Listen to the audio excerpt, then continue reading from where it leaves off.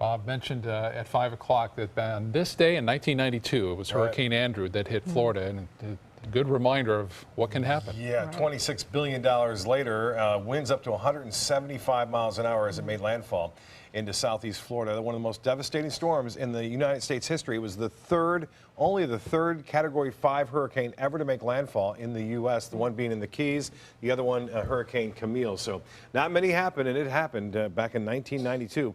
This next system has a potential for hitting southeast Florida, has somewhat of a potential, but not nearly as strong, thankfully. Van Way's a webcam showing the east wind was a little strong today. So strong that the west coast sea breeze never got going. You can see those clouds kind of ripping out toward Lido and never coming back toward the coast. So a sea breeze not to be found today, and that means less activity as we normally see. And we weren't expecting the winds to be as strong out of the east, but indeed they have been occurring. As far as the rainfall goes, you can see a lot of it along the east coast and down to our south. Some showers and storms have been blowing up across parts of Rotunda, Placida, and just south of Inglewood. That activity continues to head off to the west into the Gulf of Mexico. There are other showers popping up here and there across the Suncoast. We'll keep an eye on those. You can see that just north of Arcadia, that in a minute. But this one here pushing through Punta Gorda and Port Charlotte. Not a lot and not a strong storm because there's not enough convergence to send that air up into the cold areas and then cause heavier storms to develop. You can see that activity right there just popped up in the last hour. It is pushing to the southwest at around 15, so we can expect a few coastal showers here and there scattered about, especially into near Venice and places south. 88 degrees right now, dew point 71. That's because of that east wind at 13 miles an hour. And with that east wind all day long, it warmed up. Despite the clouds, a little bit more clouds around, that kept it from getting like 99 like we saw yesterday, but 94, almost a record high again. 90 is our normal, and this morning's low was at 78 degrees, and that too a little bit above average. As far as the rainfall goes, no rain to report. And temperatures statewide still very warm in Tallahassee, 88 in Sarasota and in Orlando, 86 up in Jacksonville.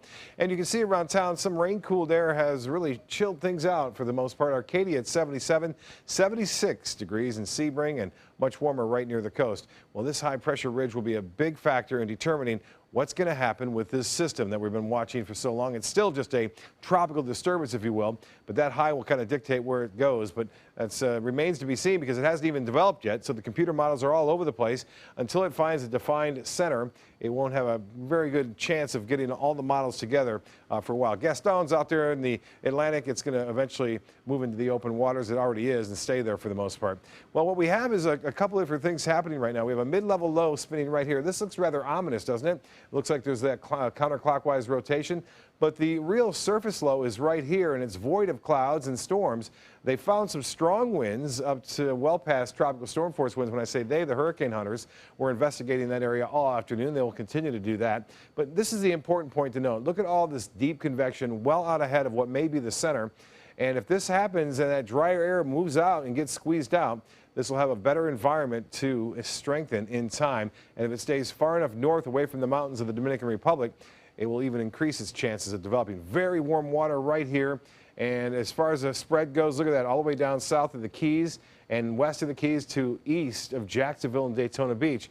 A big spread there. These are the ones I don't like to see, the ones that kind of hug the coast here. And that would happen on Monday and Tuesday of next week if that were to develop. We'll keep an eye on it for you, obviously.